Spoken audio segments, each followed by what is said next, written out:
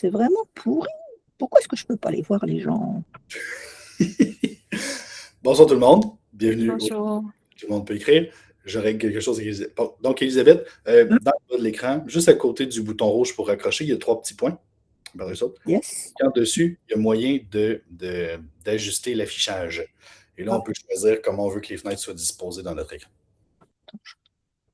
Pendant ce temps-là, je rappelle à tout le monde que c'est enregistré. Donc, si vous choisissez de parler, ça va activer la caméra et bien évidemment, on va vous voir sur l'enregistrement.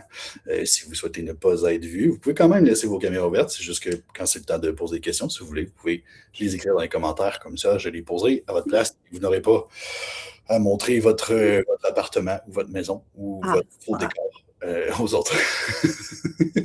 Bon, voilà, on voit l'avantage là. Bonjour Annie, bonjour Isabelle.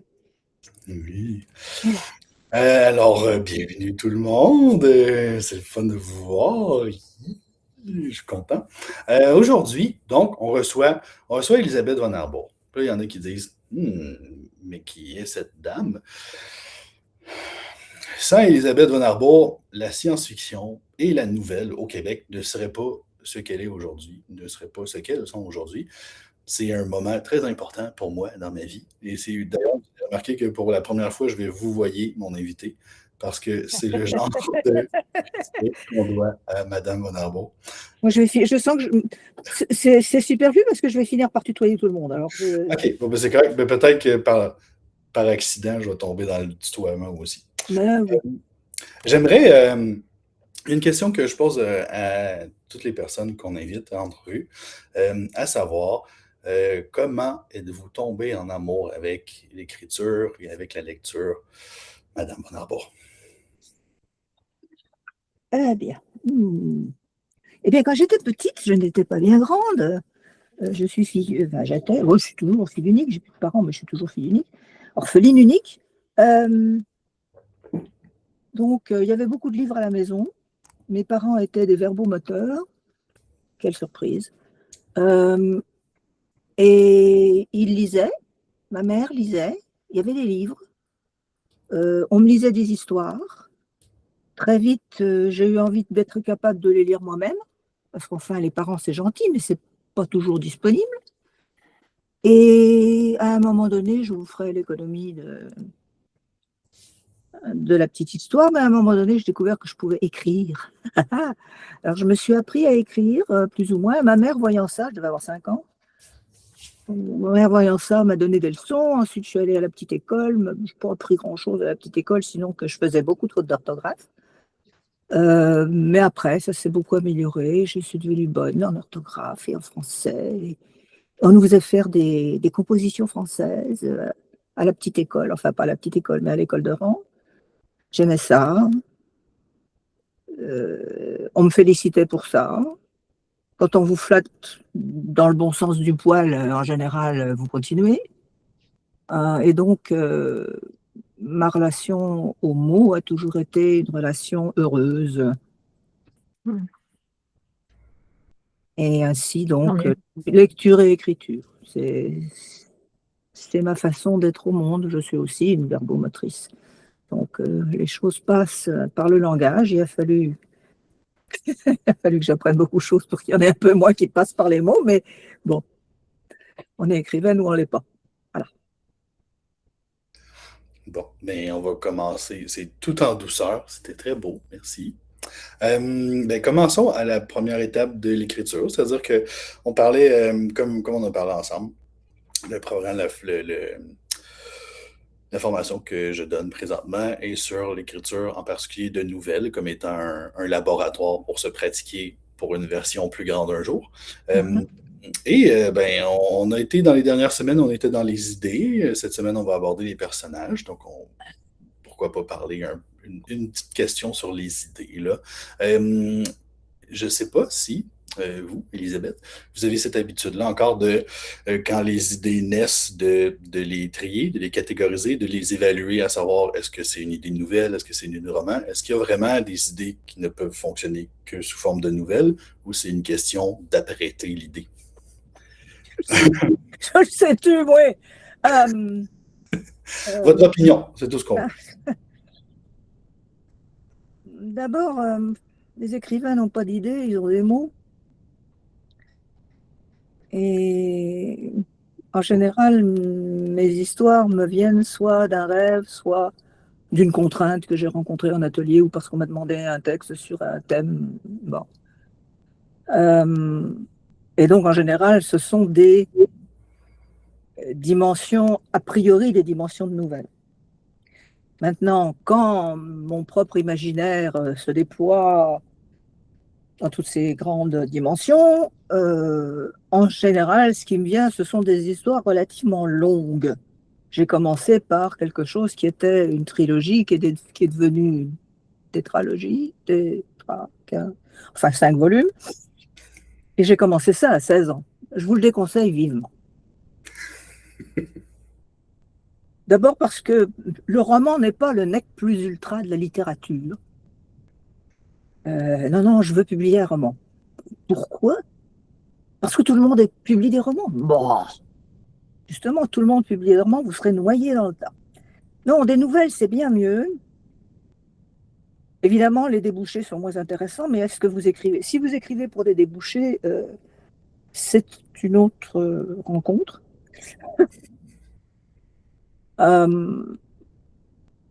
Quelquefois, en général, ce qui me vient, ce sont des personnages dans un décor. Qui disent quelque chose, qui font quelque chose, il y a une ambiance, il y a des émotions, il y a une couleur. Et quand je me réveille, si le rêve me poursuit, ce qui est en général le cas quand c'est vraiment un truc qui me surprend, ou j'interroge, je questionne les personnages. Vous êtes qui, vous? Qu'est-ce que vous faites là? C'est quoi le décor? Pourquoi est-ce qu'il y a un bateau qui brûle dans l'arrière-plan? Pourquoi est-ce que le genre de la personne à laquelle vous parlez est indéterminé? Et je me réponds, évidemment, parce que c'est mon propre imaginaire qui me parle, donc ce serait quand même un comble si je n'étais pas capable de me répondre. Et je crois que c'est à peu près à ce moment-là que, oui, le sentiment de proportion s'installe, c'est-à-dire que ça va être une nouvelle. C'est peut-être un roman. Mais en général, je ne me pose pas la question à ce moment-là. Parce que ce que j'enclenche à ce moment-là, ce n'est pas de la catégorisation, mais c'est justement le processus des questions-réponses, ce que j'appelle le remue-ménage, qui peut m'emmener n'importe où. C'est un processus tourbillonnaire, je dirais. Il me faut un nom pour les personnages. Ok, je leur donne un nom à cause de leur ambiance, à cause de ce qu'il y avait à l'arrière-plan, à cause... Et ce nom n'est jamais un nom gratuit, c'est toujours un nom qui veut dire quelque chose. Si je le trouve au début, c'est un nom qui correspond à l'histoire que je veux raconter. C'est l'histoire de cette personne qui porte ce nom-là.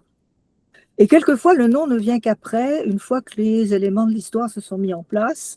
Et là, le nom du personnage devient le symbole de l'histoire. Mais c'est ça. Alors, le nom du personnage me renvoie à... Ouais, par exemple, je me dis, bon, il s'appelle Heinrich. Tiens, Heinrich. C'est un nom à consonance germanique. Ok, il est né où, Heinrich? Est-ce qu'il est né en Allemagne? Est-ce qu'il est né dans un pays du genre allemand? Est-ce qu'il est né ailleurs? Est-ce qu'au contraire, il s'appelle Heinrich et il vit à Hawaï? Enfin bon, quel rapport il y a entre lui et le milieu où il vit? Dans quel milieu vit-il? Et là, ça m'emmène vers dans quel pays vit-il? Dans quelle société vit-il? Dans quel décor vit-il? Parce que nous sommes toujours l'émanation de notre milieu, d'une certaine façon. Nous sommes ici au Québec, nous partageons un certain nombre de choses. Je viens de France il y a très longtemps, donc j'ai 2 cultures. Je suis bilingue, ça me fait une 3e culture. Et tout ça fait ce que je suis, fait de moi ce que je suis. Donc, si vous pensez à un personnage, non seulement il faut qu'il ait un nom, parce qu'un nom, c'est le manche de la casserole. Vous ne pouvez pas manier votre personnage s'il s'appelle il ou elle ou quelqu'un. Non. Ça marche pas. Il peut changer de nom entre-temps, mais bon, il faut un nom. Euh, et, mais ce qui m'intéresse, moi, c'est de me demander d'où il sort. Quelles sont quelle religion, quel mythe, quelle façon de manger, quelle superstition, est-ce qu'il y a des couleurs interdites, est-ce qu'il y a des couleurs qui portent malheur, est-ce que tout ce qui va constituer l'arrière-monde est lié pour moi au personnage et réciproquement. Donc, le remue-ménage, quand je vous disais processus tourbillonnaire, c'est ça, c'est que le personnage me renvoie au décor, qui me renvoie à l'histoire, qui me renvoie à des péripéties. Chez le personnage, il vient d'une famille qui a été maudite il y a très longtemps et il n'y croit pas, mais la superstition reste. Et, bon, pourquoi cette superstition? D'où est-ce que ça vient? Pourquoi est-ce qu'il a été maudit? Ah, bah alors là, il faut que je retourne à l'histoire de l'ancêtre. Donc, je lui fais une généalogie. Le personnage n'est pas seulement inscrit dans l'histoire qu'on a envie de lui faire vivre, il est inscrit dans un temps et il est inscrit dans un espace. Bon, le décor, mais il est inscrit dans un temps aussi. L'histoire, c'est du temps. Et donc, tout ça va nourrir le texte. Et à partir d'un certain degré d'épaisseur de couche, je me dis, OK, c'est peut-être un petit peu trop feuilleté pour une nouvelle. Ça va peut-être être un roman. Parce que ce processus-là que vous le faites par écrit aussi, pas seulement dans votre tête, c'est-à-dire que vous ne posez pas les Oui, questions. oui, bah, je le fais dans ma tête, dans mes longues insomnies, mais je les note, je note. J'ai des kilomètres de notes avant d'avoir écrit quoi que ce soit. J'ai la faune, la flore, l'hydrographie. J'ai rempli des caisses de notes pour mon premier roman. Bon. Euh, c'est... Alors, si vous avez l'intention d'écrire une nouvelle, c'est à ce moment-là qu'il faut se poser la question, qu'est-ce que j'enlève? euh, Ça dépend ça dépend des écrivaines et des écrivains, je crois. Des gens qui écrivent. Euh, il y en a qui écrivent par le plus. Ils ont trop d'idées. Il y en a trop, là. Bon. Et il va falloir choisir quelles sont les images qui résonnent ensemble, quelles sont... Bon, celle-là, ça m'intéresserait bien, mais ça ne va pas avec le reste. Ok, je vais la ranger, je vais la mettre de côté, ce sera pour une autre fois. Et puis, il y a les personnes qui, au contraire, n'ont pas assez d'idées au secours. Et à celles-là, je conseille en général de faire des remue-ménages du genre de celui que je vous décrivais, parce que, encore une fois, vous ne pouvez pas ne pas vous répondre si vous vous posez des questions. Il faut se donner la permission d'inventer et donc de vous répondre. À partir d'un certain moment, vous avez au moins une amorce d'histoire. Vous avez quelqu'un quelque part, dans quelque temps, au moins une personne. S'il y en a deux, c'est pas mal. S'il y en a trois, ça commence à se compliquer. Quatre pour une nouvelle, ça dépend des plans. Là, il va s'agir de déterminer qui est à l'avant-plan, c'est-à-dire les personnages principaux, et qui est à l'arrière-plan, et quel est leur rôle. À partir de quatre personnages-là, il faut se retenir, je crois, dans les nouvelles, dit-elle, ou elle qui a des nouvelles où il y a 5, 6, 7, 8, 10 personnages, mais bon, passons. On m'a toujours dit que mes nouvelles étaient des petits romans. Ah, bah, bon. Non, mais c'est une question de... Oui, il y a beaucoup de personnages dans mes histoires, mais dans mes nouvelles, mais c'est parfois. Mais il y en a qui sont à l'avant-plan, à l'arrière-plan, sur les côtés, derrière. Mais disons que 4, c'est le maximum. Donc vous avez quelqu'un quelque part en quelque temps à qui il arrive quelque chose. Alors qu'est-ce qui lui arrive? Pourquoi ça lui arrive? À lui ou à elle? Comment ça lui arrive? Et c'est quoi la réaction? C'est quoi? Et après? qu'est-ce qui se passe après. Donc vous avez un schéma d'histoire, là. Vous avez des espèces de petites boîtes que vous pouvez remplir. Vous avez quelqu'un, personnage, quelque part, le décor, la société, l'arrière-monde. Alors ça comprend la famille, ça comprend, bon, avec vos personnages à l'arrière-plan. En quelque temps, vous choisissez une époque. Est-ce que c'est aujourd'hui? Est-ce que c'est demain? Est-ce que c'est avant-hier? Et ça change à chaque fois, parce que si vous mettez des personnages dans le passé, il y a des choses qu'ils ne pourront pas faire, et il y a des êtres qu'ils ne pourront pas être. Une femme du 19e siècle n'est pas une femme du 21e siècle. Quelque chose d'aussi simple que ça. Si vous voulez qu'elle soit pilote d'avion, ok, vous pouvez la mettre au 19e siècle avec les frères Wright. Oui, oui, ce sera intéressant. Il y a d'ailleurs eu des femmes pilotes d'avion à cette période-là. On les oublie parce que les femmes, bon, mais il y en a eu. Pensez-y, chaque fois que vous choisissez une époque différente, vous choisissez un profil de personnage différent. Donc ce personnage, il est quelque part en quelque temps, il lui arrive de quoi? Alors là, vous laissez vos bébelles et vos bobos parler. Sauf qu'il peut lui être arrivé quelque chose avant que l'histoire commence. Il était traumatisé quand elle était petite. Et c'est ça qui a formé le personnage. Et comment est-ce que vous allez l'apprendre à votre lecteur? Si vous voulez, ce qui me frappe, moi, quand j'écris, c'est qu'il n'y a pas... Alors, je commence ici, je continue là, et je vais là, et de A à Z. Non. Je commence à A, ok, B, ça va, puis tout d'un coup, j'ai besoin d'aller à Z pour savoir comment ça finit, parce que ça me donne tout le sens de mon histoire. Puis il faut que j'aille au milieu, parce que c'est là qu'il se passe de quoi, et ça va influencer les personnages en amont. Enfin, c'est le bordel, écrire une histoire. Si Karl essaie de vous faire croire qu'il y a de l'ordre et de la rationalité dans l'écriture d'une histoire, non, non, non, non. On peut y aller avec un minimum d'ordre, mais il faut aussi savoir se laisser porter.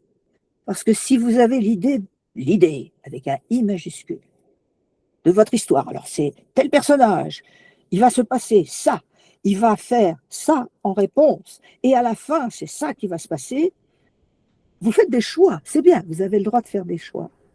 Mais chaque choix vous empêche de faire tout un tas d'autres choix qui sont peut-être très intéressants aussi. À chaque fois que vous choisissez un détail de votre histoire, vous coupez une branche de l'arbre de l'histoire. Au début, l'arbre foisonne et le truc difficile, c'est de savoir quelle branche couper. Mais d'un autre côté, il ne faut pas couper a priori. C'est-à-dire, il ne faut pas se dire, non, non, c'est cette histoire-là que je veux raconter. Parce que tout d'un coup, en cours de route, voilà que votre personnage ou un autre personnage, tout d'un coup, qui était à l'arrière-plan, se met à l'avant-plan et dit, mais moi j'ai des trucs intéressants à faire, à dire, à vivre, fais-moi de la place. Mais c'est pas l'histoire que je voulais raconter.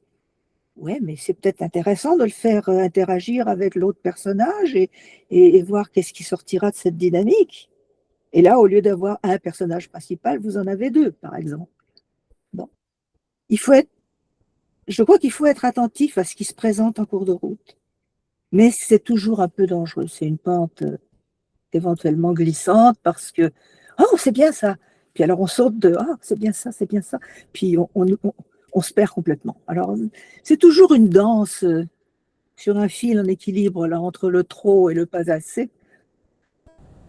Je pense que le remue-ménage aide parce que quand vous relisez votre remue-ménage, normalement, vous devriez voir des lignes de force qui passent à travers. Vous vous rendez compte, par exemple, qu'il n'y a absolument pas de femmes dans cette histoire. What the fuck? Ou bien qu'il n'y a que des femmes, pas d'hommes. Idem. WTF. Euh, et donc, vous avez de quoi vous interroger. Ou bien que les femmes ont un rôle tellement secondaire et tellement cliché, c'est la bonne ménagère, la bonne cuisinière, la bonne maman, une femme soi-disant sans histoire. Ah, soi-disant sans histoire. Et là, vous pouvez éventuellement penser à creuser ce personnage-là. C'est qui cette femme ordinaire? Cette femme qui a l'air de rien, cette femme, peut-être qu'elle a eu une vie. Quelle vie? Et que cette vie ressurgit alors qu'elle espérait que non, elle serait tranquille. Mais non.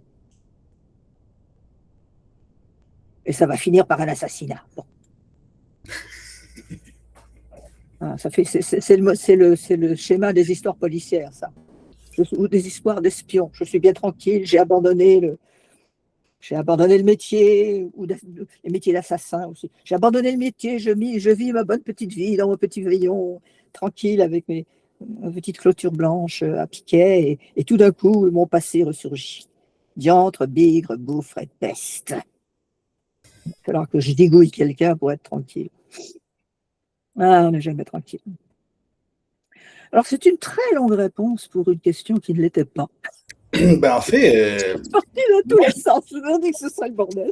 c'était très ordonné. J'avais ordonné mes questions et je dirais qu'on est passé de l'idée, après ça, on a parlé de cette espèce d'opposition-là entre le jardinage puis la planification, c'est-à-dire se faire un plan ou suivre les personnages puis explorer avec eux, parce qu'on a notre réponse là-dessus aussi. Mhm. On a parlé des personnages, de comment on écrit beaucoup plus à propos des personnages que ce qu'on met vraiment dans la nouvelle, mais ça fait qu'on va teinter le vocabulaire, puis on va teinter tout ce qui se passe par du contenu que nous, on connaît de l'histoire de notre personnage pour alimenter, puis s'assurer que le personnage, on ressent la profondeur. On a aussi abordé ça. Merci beaucoup. J'ai quand même le goût de parler de structure, une petite affaire, pas de structure dans le sens de plan, faire un plan, mais de la structure de la nouvelle, parce qu'il y a quand même, au-delà de, ben c'est ça, du nombre de personnages, du nombre de trames narratives, quand vous avez expliqué à quelqu'un la différence entre la structure dans un roman et la structure d'une nouvelle, comment vous lui faites comprendre ça?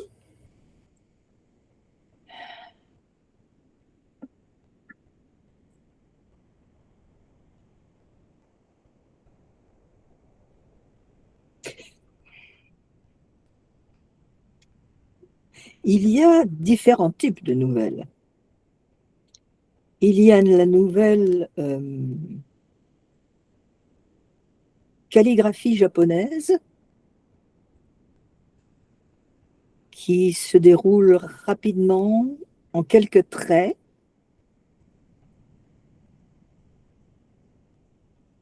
Puis il y a la nouvelle romanesque qui est plus composée, où l'aspect, où le feuilleté est plus épais, disons, parce que justement, on s'attache davantage au passé par exemple, au passé du personnage, ou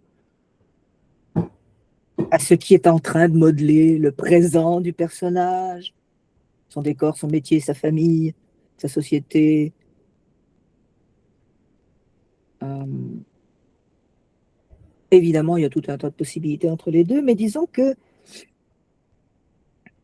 la structure est différente dans le cas des deux extrêmes. La structure de la nouvelle calligraphie japonaise, ça vous dit quelque chose, calligraphie japonaise? Vous avez Ben, déjà moi, je vu pense des... au haïku, fait que je suis ailleurs. Oui, Mais... non, ben non, c'est pas tellement ça, mais les gens font trois signes, Ah oui, ok. Bon, la calligraphie. et puis là, le poème apparaît. Wow, ok. Euh, on pourrait dire aussi que c'est la nouvelle à peut-être plus familier, la nouvelle à la fresque. Euh, la peinture à la fresque, c'est la peinture à la fraîche, c'est-à-dire qu'on prépare un mur, on dessine très vaguement ce qu'on va faire dessus. Ensuite, on a passé une couche de produit qui va se durcir et il faut qu'on peigne avant que ça soit durci. pour que la peinture prenne dedans et ne puisse plus. Alors il faut aller vite. Il faut aller vite, il faut aller sûr. Et c'est pour ça que je pensais à la calligraphie japonaise, parce que c'est ce principe-là. On y va, on n'hésite pas. Donc vous avez en général une structure qui... Ce qui aide, c'est quand la structure est simple. On a un début, on a un personnage qui fait quelque chose ou qui refuse de faire quelque chose, ou à qui il arrive donc quelque chose. Oh, la belle queue de chat, je suis jalouse. Mes chats me boudent ce soir. Et vous avez une épure, une structure épurée. Les événements, les péripéties découlent logiquement les événements les uns des autres, les péripéties les unes des autres. Et ça peut donner un effet de mécanique fatale, ce qui est la mécanique de la tragédie d'une certaine façon.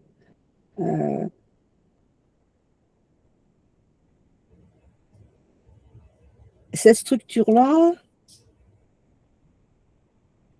malheureusement, nous entraîne dans la nouvelle à chute. C'est-à-dire la nouvelle où ça culmine, où ça tombe, où ça explose, mais où on est choqué. Pas choqué au sens de scandalisé, mais c'est une surprise, une bonne ou une mauvaise. Je ne l'avais pas vu venir celui-là. Bon. Je vais sortir mon exemple favori, quoiqu'il n'est pas tellement, il n'illustre pas tellement la structure que je décrivais, parce que c'est plus éclaté, il y a plein de personnages. Karl, je t'enverrai la nouvelle. C'est une nouvelle et vous pourrez la lire, c'est une nouvelle de Salinger qui s'appelle Un jour rêvé pour le poisson banane. OK. Rien que le titre. C'est un accrocheur. Ouais, le titre accrocheur. Alors ça commence par, on a un narrateur qui fait semblant de ne pas être là, qui décrit les choses de très loin, qui théoriquement ne pose aucun jugement de valeur ni rien. Il se contente de décrire ce qu'il voit, ce qu'il entend, sans faire d'hypothèse ni rien. Alors ça commence par une jeune femme qui attend un coup de téléphone en se faisant les ongles. Ensuite, on comprend en écoutant sa partie du dialogue au téléphone qu'elle a des rapports conflictuels, d'une part avec son mari, d'autre part avec sa mère, qui a l'air d'une chiante pas possible. On comprend que le mari a fait la guerre et qu'il en est revenu relativement traumatisé, c'est un artiste sensible et tout. On comprend aussi que les gens sont, à partir de rien, à partir d'un dialogue qui fait une page et demie, on comprend tout ça. Et on comprend la classe sociale des parents, on comprend l'époque, c'est à la fin des années 40. Non, à la fin des années, oui, 40. Bon, et ensuite elle raccroche, etc. Ensuite, on passe au mari qui est en train qui est sur la plage, et on passe à la petite fille, je ne me rappelle pas. Enfin, l'autre personnage, c'est une petite fille que sa mère n'écoute pas. La mère est une idiote qui se fait bronzer et qui, oui, ma chérie va jouer, bon. Et la petite joue avec le mari, qu'on nous a donc présenté au départ d'une façon où il est un peu inquiétant, ce type-là. On nous a mis en condition sans jamais rien nous dire. Bref, je ne veux pas tout vous raconter l'histoire parce que ce serait vous la gâcher. On voit le gars qui devient de plus en plus agressif. À un moment donné, vers la fin, il est dans un ascenseur avec quelqu'un. Il revient de la plage en peignoir de bain et pieds nus. Et il agresse verbalement la femme qui est dans l'ascenseur avec lui. Bah oui, j'ai pieds nus, puis alors. Il rentre chez lui, il rentre dans sa chambre où dort sa femme. Nous avons appris entre-temps que c'est une tentative de deuxième lune de miel et que ça ne marche pas très bien. Sa femme dort, il la regarde. Ensuite, il va ouvrir un tiroir et il en sort un revolver. Et je ne vous dirai pas la fin. Mais à la fin, on dit, on relit mentalement tout ce qu'on avait lu, on se rend compte comment on a été mis en condition et on se dit, ah, il m'a eu. D'accord, ok, oui. Bon. Alors, la nouvelle à chute, c'est ça. C'est une chute, c'est ça. On vous a mis en condition tout du long, c'est ça la structure. C'est qu'on vous dispose des éléments qui vous font attendre un certain type de fin et la fin n'est pas celle que vous attendiez. Alors, il y a deux réactions à ça. C'est, ah ben non, remboursé. Ou bien, ah ben oui. Et que la fin soit bonne, je veux dire, soit positive ou négative. Une histoire bien écrite, bien conçue, une histoire à chute bien conçue, et disons que la chute, ça convient mieux à la nouvelle qu'au roman, hein, même si ça finit de façon épouvantable, tout le monde meurt, mais enfin non, mais même si ça finit de façon épouvantable, vous allez être content parce que il y a une cohérence interne dans le texte, vous vous rendez compte que tout dans le texte menait là, et vous êtes satisfait parce que l'histoire est complète, cohérente, satisfaisante. Mhm. C'est très difficile à réussir une histoire à chute. Et donc la structure d'une histoire à chute demande beaucoup de réflexion au niveau de qu'est-ce que je choisis d'abord comme personnage, singulier ou pluriel, qu'est-ce que je choisis comme péripétie. Le reste devient, que ce soit le décor ou la période, je crois que ça devient relativement secondaire. Mais comme on peut déroger à toute règle dans l'écriture, peut-être pas, mais en général, il me semble que. Comme on a, Ça, c'est bon, mais la structure de la nouvelle de type romanesque, c'est complètement différent. On a beaucoup plus de latitude, mais je crois quand même qu'une structure d'histoire doit s'organiser à partir de la fin. Alors, si vous êtes du type « Oh, mais moi, je ne veux pas savoir ce qui se passe à la fin parce que j'aime la surprise », vous avez le droit, tant que vous faites votre remue-ménage. Mais une fois que vous écrivez votre histoire, il faut que vous sachiez comment elle finit. Vous pouvez l'écrire, premier jet. Je ne sais pas ce qui se passe à la fin, j'écris. Puis là, une fois rendu à la fin, vous vous dites « Ah bon, c'est ça que je voulais dire ?» ou bien « C'est ça que ça voulait dire ?» ou bien « Mais non, mais je veux absolument pas que ça finisse de même. » Et là, il va falloir que vous retourniez en arrière pour vous arranger, pour que ça finisse comme vous aviez envie que ça finisse. Et puis peut-être pas. Peut-être que la fin qui vous est sortie du stylo, c'est la vraie fin. Vous ne voulez peut-être pas, mais c'est ça, la fin. Et il faut avoir l'honnêteté et l'humilité de reconnaître qu'on n'est pas tout le temps aux commandes. Et que l'histoire a sa propre logique, sa propre volonté, et qu'il faut savoir l'écouter. Une fois qu'on l'a mise en train, bien sûr, il s'agit de vous, bien sûr, il s'agit de votre imaginaire. Et c'est le moment où vous apprenez quelque chose sur vous. Voilà. c'est beau, ça a provoqué des Je réactions. deviens loquace. Oh là là. Foule, c'est bien. C'est une très belle façon de le dire. Voyez-vous, dans la formation, j'ai décidé d'accompagner les membres dans l'écriture d'une nouvelle de 100 à 5000 mots environ, Ouais. sur ce format-là, pour justement éviter ceux qui tomberaient dans la nouvelle romanesque, puis de faire un 15 000, 20 000, tout ça. Pour une structure comme ça, à 5000 mots, c'est quel genre de structure vous proposeriez à ces gens-là? Quelle structure se prête bien? S'il y en a qui disent « Ah, mais j'aimerais ça que ce soit… » 5000 mots, c'est quoi? C'est 10 pages? 5000 mots, on a… non, d'habitude, on fait à peu 300 mots par page? Moi, j'étais à 12 pages, puis j'étais à 4200 mots à peu près. Ouais. OK. 4300 mots.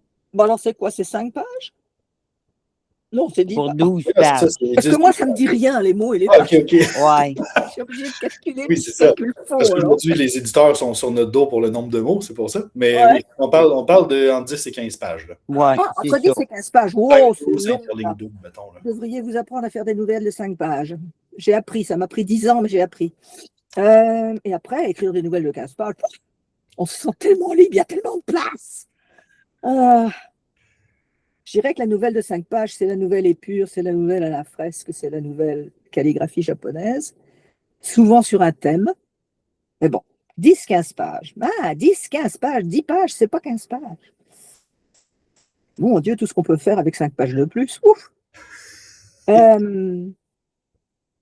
De toute façon, le premier conseil que je donne, c'est n'ayez pas trop de personnages. Deuxièmement, ne vous fixez pas trop sur la biographie de votre personnage. On n'a pas besoin de savoir tout ce qu'il a fait depuis qu'il est né jusqu'au moment où il est arrivé là. Ni tous les détails de son métier, ni tous les détails de ses traumas, ni tous les détails de sa vie amoureuse, sexuelle et sociale. Enfin non, c'est le meilleur moyen de vous perdre là. Il faut choisir des traits qui sont des traits de caractère. C'était quelqu'un qui avait peur des chats. Pourquoi est-ce qu'il avait peur des chats? Il faudra trouver pourquoi. Le chat, c'est un animal symbolique fort intéressant. Allez relire les poèmes de Baudelaire. Enfin bon. Prenez un ou deux traits de caractère et faites-vous le portrait de cette personne à partir de ces traits de caractère, mais sans déborder. Parce que ce sont ces traits de caractère qui vont déterminer l'histoire. Le pauvre type tombe sur un chat la nuit, il a très peur, il se sauve dans une ruelle, il assiste à un assassinat, on le poursuit parce qu'il est un témoin. Vous voyez, c'est un exemple un petit peu niais, là, mais c'est pour vous donner une idée du genre de. Hein. Donc, choisissez la simplicité au niveau de la caractérisation du personnage. Là, ça vous. Même chose pour le décor. Je dis décor au sens vraiment large. Hein. Le décor, c'est aussi bien le lieu que le temps, que la famille, que l'emploi, que l'époque.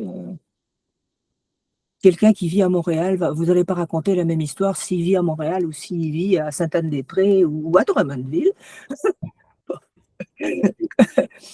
Et même à Drummondville ou à Drummondville. Bon. Moi, le Saguenay, le Lac-Saint-Jean, c'est pas la même chose. Bon. Donc, ne vous perdez pas. Ah, c'est triste à dire, mais ne vous perdez pas dans le plaisir de la création pour la création. C'est triste à dire parce que moi, c'est ça que j'aime. C'est pour ça que j'écris des romans. Parce qu'une fois que je commence à décrire, waouh, toute une planète, quoi. Pourquoi s'arrêter à un pays? Bon. Pour la nouvelle de 10 à 15 pages, c'est ça. C'est qu'il faut vraiment se concentrer sur le personnage, les traits de caractère essentiels, le déclencheur, que ce soit un déclencheur psychologique ou un déclencheur intérieur ou un déclencheur extérieur.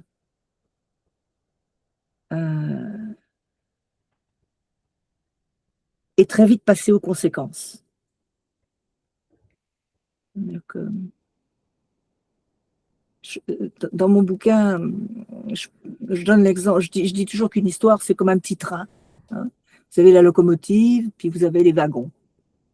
La locomotive, c'est qui, où, quand, quoi, comment, pourquoi. Et puis après, vous avez, bon ben, voilà ce qui se passe après. Première péripétie, deuxième péripétie, troisième, chaque wagon. Bon, ben c'est sûr que si vous avez 45 péripéties, votre histoire va être trop longue. Il s'agit de couper les wagons. Inversement, si vous avez un texte plus long, vous pouvez allonger les péripéties. Et dans les péripéties, vous nous ferez par exemple découvrir plus en profondeur le personnage, sa famille, son milieu, ses traumas enfantins, ce qu'il aime manger quand il se lève à 1h du matin. après une nuit d'insomnie, tout un tas de choses. Mais seulement si vous avez la place. En fait, quand on écrit un texte, en général, on ne pense pas à l'économie au départ, hein. C'est rare. Faites-vous plaisir, quoi. Et puis après, ben, vous direz, bon, bah oui, là, je me suis peut-être étalé un petit peu beaucoup sur la chambre de l'adolescent, avec tous les posters et la guitare et les jeux, machin. Bon, on peut en mettre seulement un, ce sera suffisant pour signaler ici, chambre d'adolescent. Bon. Vous choisissez les détails qui, pour vos lectrices et vos lecteurs, fonctionnent comme des signaux clairement reconnaissables, rapidement reconnaissables. Hein. C'est très facile de décrire une chambre d'adolescent, si c'est un personnage secondaire, je veux dire, une chambre d'adolescent en caractérisant l'adolescent tout de suite. Il est complètement désordonné, il ou elle est complètement désordonné, ou il est complètement anal rétentif, complètement ordonné, machin, ou quelque part entre les deux, mais bon. Vous avez des signaux que vos lectrices vont reconnaître. Bon, parce que vous vous adressez à des gens. Vous ne pouvez pas savoir qui vous lit. Vous ne pouvez pas savoir comment on vous lit. Vous pouvez contrôler jusqu'à un certain point comment on vous lit, justement par ces signaux et par la façon dont vous allez distribuer justement les péripéties, les détails, etc. Mais en fait, on ne contrôle jamais vraiment. Ne vous étonnez pas si vous pensez avoir écrit une histoire et que quelqu'un vient vous trouver et vous lire dans un atelier en vous disant « ben voilà, moi j'ai bien aimé cette histoire parce qu'elle raconte que… » Ah bon? Ok. Bon, si ça va complètement à l'encontre de ce que vous vouliez dire, il y a un problème. S'il y a une seule personne qui a lu comme ça, c'est pas vous le problème. S'il y a 3 personnes ou 2 personnes qui l'ont lu comme ça, c'est vous le problème. Enfin, c'est pas vous, c'est le texte le problème. Hein? Je suppose que Karl vous a dit ça, quand 3 personnes accrochent dans un texte au même endroit, quelle que soit l'explication qu'il ou elle donne, ça sera quelquefois 3 explications différentes, mais il y a quelque chose qui branle, là. Et ça va être à vous de déterminer, d'amener, qu'est-ce que je fais là? Bon. Alors, je ne sais pas si ça a répondu en partie à la question, hein, la structure de la nouvelle courte, nouvelle plus longue. Moi, je pense. C'est toujours une question de choix. C'est ça. À la première question, Marlène avait déjà dit « J'adore cet univers, Elisabeth ». Je pense que les gens aiment se laisser porter par votre voix, par le rythme. J'ai une tendance à parler beaucoup trop vite, peut-être. Je parle trop vite, oui, je sais. Ben, non, c'est ça, non. Verbomotrice. Je suis désolée. Puis, en plus, il est tard et je suis fatiguée. Alors, plus je suis fatiguée, plus je parle vite.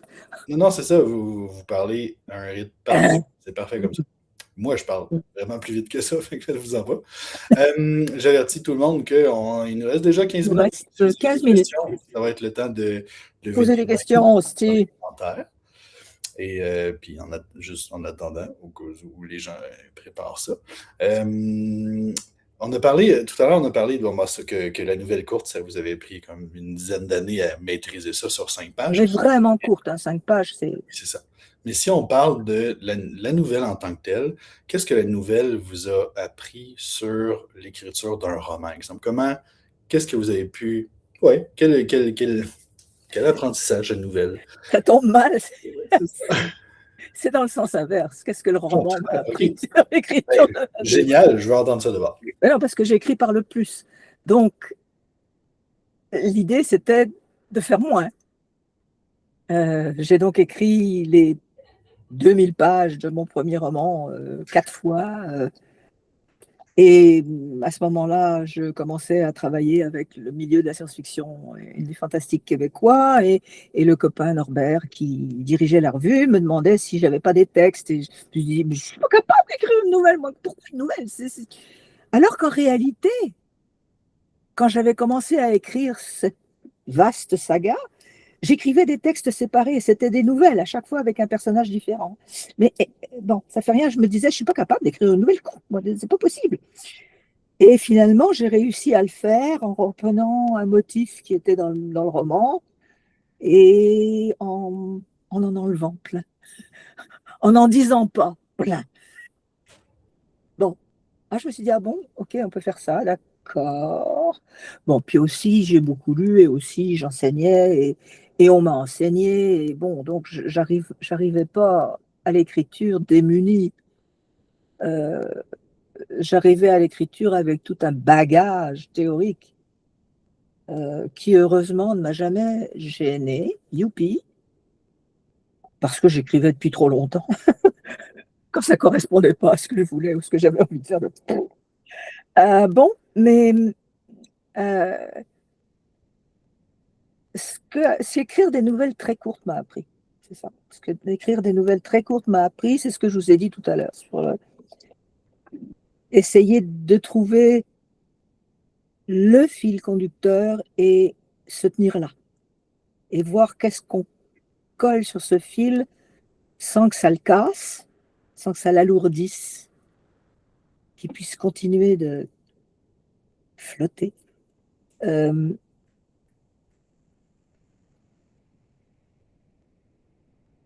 y a des gens, il y a des tas de façons différentes de décrire tout ça. Mon expérience, c'en est une parmi beaucoup d'autres. J'avais un ami euh, qui écrivait originellement des nouvelles et qui a voulu écrire un roman, et il disait, bah, je considère chaque chapitre comme une nouvelle. C'est une façon de procéder aussi. Si on garde à l'esprit le fil conducteur, et si en se relisant après, on dit, bon, ben, ce chapitre-là n'est pas à sa place, ou il faudrait quelque chose entre les deux, bon, d'accord. Mais est-ce que la nouvelle m'a appris est-ce que la nouvelle m'a appris quelque chose à propos du roman? Non, puisque j'ai commencé par le roman, non. Désolée. C'est correct. La question, c'était est-ce que? Fait que la réponse est non. Voilà, non. Oui. OK. Là, on a une question par rapport au recueil de nouvelles. Ah. Je suppose qu'on parle d'un recueil de nouvelles écrit par la même personne. Fait que, est-ce que on a un conseil de la grande Elisabeth von Arbour par rapport au recueil de nouvelles? Arrête. En général, les nouvelles sont écrites. Donc, il s'agit de... Ça dépend. Ça dépend toujours. Est-ce qu'on a décidé qu'on faisait un recueil thématique? Auquel cas, on écrit des nouvelles autour d'un ou deux thèmes et on va les mettre ensemble, on va les faire jouer ensemble, on va les opposer, on va faire un montage dynamique où les textes se répondent, s'opposent, se boostent les uns les autres. Bon, mais en fait, on est censé faire ça pour n'importe quel recueil de nouvelles. Mon premier recueil de nouvelles, c'était des textes qui étaient déjà écrits, je pense. Il y avait un seul inédit dedans, et les critiques ont trouvé moyen d'y trouver une unité. Bon, tant mieux. Moi, j'étais pas trop sûre, mais après, ça m'a dit, ok, c'est bien quand il y a une unité dans un recueil. Ça peut être une unité profonde, cachée, subtile. Ça peut être une unité thématique dans votre face, mais à part ça, c'est une question surtout d'arranger les nouvelles pour qu'il y ait un mouvement dynamique. Il faut penser en termes je sais pas, de théâtre, peut-être pas de théâtre. Que chacune de ces histoires contribue à une autre histoire, d'une certaine façon, qui serait l'histoire de votre imaginaire, dont vous dévoilez telle facette. Donc, il faut faire très attention à quelle nouvelle on met en premier et quelle nouvelle on met en dernier. Comme dans un texte écrit, il faut faire bien attention à la première phrase, il faut faire bien attention à la dernière phrase. Par exemple, les avis divergent sur ce point. Est-ce qu'il faut mettre la nouvelle la plus faible au début ou la nouvelle la plus forte? Ou bien c'est-à-dire que est-ce qu'on fait une progression? Est-ce que la dynamique est de type je monte vers la nouvelle géniale qui clôt le recueil et tout le monde éclate en applaudissements? Ou bien au contraire, est-ce qu'on utilise la technique je commence relativement fort, je vais cacher la nouvelle la plus quelque part au milieu, puis là je remonte. Ouais. Ça dépend de ce que vous avez comme texte, franchement, là. C'est ça. C'est une belle. De toute façon, le recueil, vous le négocierez avec la direction littéraire de l'éditeur qui se roulera à vos pieds pour vous publier.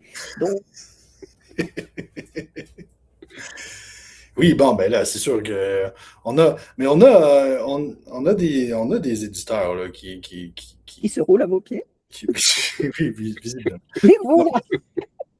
On a Solaris a bien hâte de voir qu'est-ce qui va sortir de cette formation. Ils veulent qu'on envoie des textes. Oui. Ils attendent après nous autres. Moi aussi. Oui. J'ai perdu. Ah oui, c'est ça. On n'a pas posé de questions sur les genres, ce qui me paraît un peu étrange. C'est vrai qu'on n'a pas posé de questions sur Parce ça. que la science-fiction pose des problèmes très spécifiques dans le domaine de la nouvelle Mhm. et ne pose pas le fantastique. La fantasy pose le même type de problème donc, que la science-fiction. Le problème de l'arrière-monde et ne pose pas le fantastique. Pas de la même façon du tout. On n'aura pas le temps. En fait, j'allais dire, pour l'instant, parmi les membres, on n'a pas de fantasy. On a du policier horreur, on a une petite touche de fantastique ici et là. Qu'est-ce qu'on a d'autre? On a du réalisme historique. Bref, on a quelques petits éléments comme ça. Mais j'aimerais ça quand même vous entendre sur justement le world building, c'est-à-dire Je voudrais parler du policier, puisqu'il y a du policier dans l'assistance. Le policier pose des problèmes de réalisme. Il faut connaître les procédures policières. Il faut connaître le milieu policier. C'est comme la science-fiction. Vous n'écrivez pas un roman de science-fiction si vous n'avez pas lu beaucoup de science-fiction, d'une part, et d'autre part, si vous n'avez pas un minimum de cohérence et de réalisme au niveau de l'élément scientifique. Là, il y a des façons de tricher. On sent du flou, mais bon. Mais dans le policier, non. Si votre policier procède à son enquête d'une façon délirante, ça ne marchera pas auprès des lecteurs de policiers. Si votre policier n'est pas un policier, mais juste une personne à qui il arrive de quoi et qui cherche à comprendre et blablabla, bon, ben, il faut décider qu'est-ce qu'elle apprend, qu'est-ce qu'elle comprend et comment elle réagit dans le cadre de quelque chose qui est du ressort de la police peut-être. Donc, c'est pas différent. Pour la science-fiction et la fantasy, je ne compte pas le fantastique dans la fantasy. Les histoires de ghouls, de zombies, machin, pour moi, c'est pas de la fantasy. Je suis tout à fait d'accord. Moi aussi, j'insiste. C'est de l'horreur, c'est du fantastique, c'est ce qu'on veut. Mais on n'a pas besoin vraiment d'un arrière-monde, à moins qu'on désire. On peut le faire parce que entre la fantasy, tous les genres sont poreux entre eux, c'est pas des petites boîtes. Sinon, ce serait très ennuyeux. Mais pour la science-fiction et la fantasy, le gros problème, et c'est un problème technique, c'est un problème d'écriture, ce n'est pas un problème de contenu. C'est un problème de contenu si vous ne savez pas comment faire un arrière-monde, mais il faut que l'arrière-monde soit là parce qu'il est un personnage de l'histoire au même titre que les personnages. Et c'est vrai pour la fantasy. Encore une fois, parce que les personnages sont déterminés par le monde où ils vivent. Si vous vivez dans une station spatiale et que vous n'avez jamais mis les pieds sur Terre de votre vie, et que vos parents, arrière-parents, grands-parents n'ont jamais mis les pieds sur Terre, vous allez avoir un rapport très particulier avec le planétaire, avec le solide, avec le vide d'un autre côté. Bon, donc, Même chose pour la fantasy. Si vous vivez dans un monde où les créatures surnaturelles de type elfe ou troll ou whatever se trimballent à la journée longue dans votre décor, c'est pas la même chose que si c'est une occurrence rare. Bon, vous pouvez avoir des histoires de fantasy. Ah tiens, salut, c'est l'orque du coin de la rue. Hein. Bon, d'accord. Hello. C'est différent. Hein. Donc, et alors, le problème technique, c'est que on a tendance à se perdre dans la description de l'arrière-monde. Et alors, si on repart, si on se replace au plan de la nouvelle, horreur et calamitas. Donc, il faut faire attention au genre aussi. Ouais. Oui. Faudra revenir, Elisabeth. Faudra qu'on refasse un spécial sur les... Spécial sur l'arrière-monde. Oui, ce serait super. L'arrière-monde en science-fiction et l'arrière-monde en fantasy, parce que j'en lis tellement qui sont « Oh my God ». Là, on parle de romans, de nouvelles, les deux? Les deux. les deux. Ben, c'est plus sensible dans les romans, parce qu'on se rend compte des erreurs, parce qu'elles sont énormes. Dans la nouvelle, c'est quelquefois, ça peut passer, et c'est à la deuxième lecture qu'on se dit « Mais attends, voir. Qu'est-ce qui se passe là dans l'arrière-monde là? Comment est-ce qu'ils les baptisent? C'est quoi ces espèces de prêtres là? C'est quelle religion exactement? Bon. Non, dans les romans, c'est très gros en général.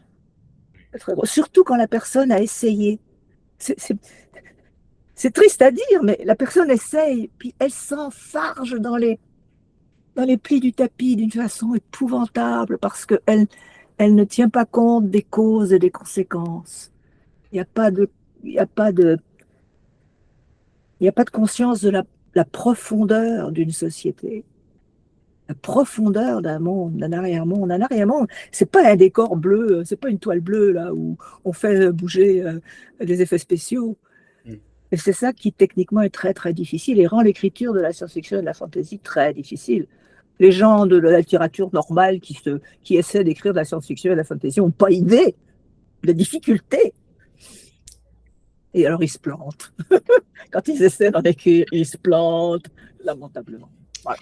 S'ils ont de la chance, ben, ils ont quelqu'un qui les accompagne, puis qui les oui. pousse, et qui les aide à se relever. Non, mais parce que leurs genoux ensemble. Non. Les grands auteurs de littérature générale qui s'essayent aux gens sont de beaucoup trop grands auteurs pour demander de l'aide. C'est vrai. Pour demander une bêta lecture, voyons donc. Ils publient, et alors comme ils publient chez des éditeurs qui ne savent pas ce qu'ils font, qui ne connaissent pas les genres, qui publient, puis alors ils ont réinventé la roue à eux tout seuls. Oh yeah! Sauf que ça, on l'a écrit depuis 20 ans ou 40 ans, quelquefois 50 ans, dans la science-fiction, par les gens qui savent ce qu'ils font. Voilà. Voilà. C'était mon couplet. Finir sur un petit coup de poing. Là. On a beaucoup de remerciements qui apparaissent dans les commentaires, Elisabeth. Merci à vous. Beaucoup de gens qui sont, beaucoup de membres satisfaits. Mon Dieu, Claude, je ne t'avais pas reconnu. Oui. Merci beaucoup. On arrive à la fin, mais merci beaucoup, Elisabeth. C'est moi qui vous remercie. J'aime toujours pouvoir parler d'écriture avec des gens qui aiment ça et qui en mangent aussi. Voilà. Parce que c'est ça qui est le fun. Aujourd'hui, toutes ces personnes-là, c'est des gens qui écrivent, qui aiment écrire, qui veulent écrire plus. Puis, ça a été très inspirant pour toutes ces personnes. Merci beaucoup. Bon, merci. Ouais. Tant mieux. Et encore une fois, si vous voulez qu'on recommence, on recommencera. Oui, on fera ça. Est-ce qu'on peut le faire à une heure où je suis moins cuite? Oui, c'est ça. On regardera l'heure qui fait votre affaire, puis on fera ça à cette heure. Je vais le faire du matin. Non, pas 10 heures du matin. C'est pour votre heure, il n'y a aucun problème. Merci beaucoup à tout le monde d'être venu. C'était un plaisir de vous voir. Dans 2 semaines, Geneviève Blouin. Ah, Geneviève. Elle va vous dire des trucs vraiment intéressants sur la nouvelle, parce que elle, c'est la nouvelle. Exactement. On continue d'approfondir la nouvelle avec elle. Et les membres du clan, on se revoit demain pour parler des personnages. J'espère qu'elle me contredira. Oui, c'est ça. Prochaine fois, on vous fera tout le monde ensemble. Donc, merci beaucoup tout le monde. Je vous souhaite une belle soirée et à la prochaine. À la prochaine. Bye. Au revoir.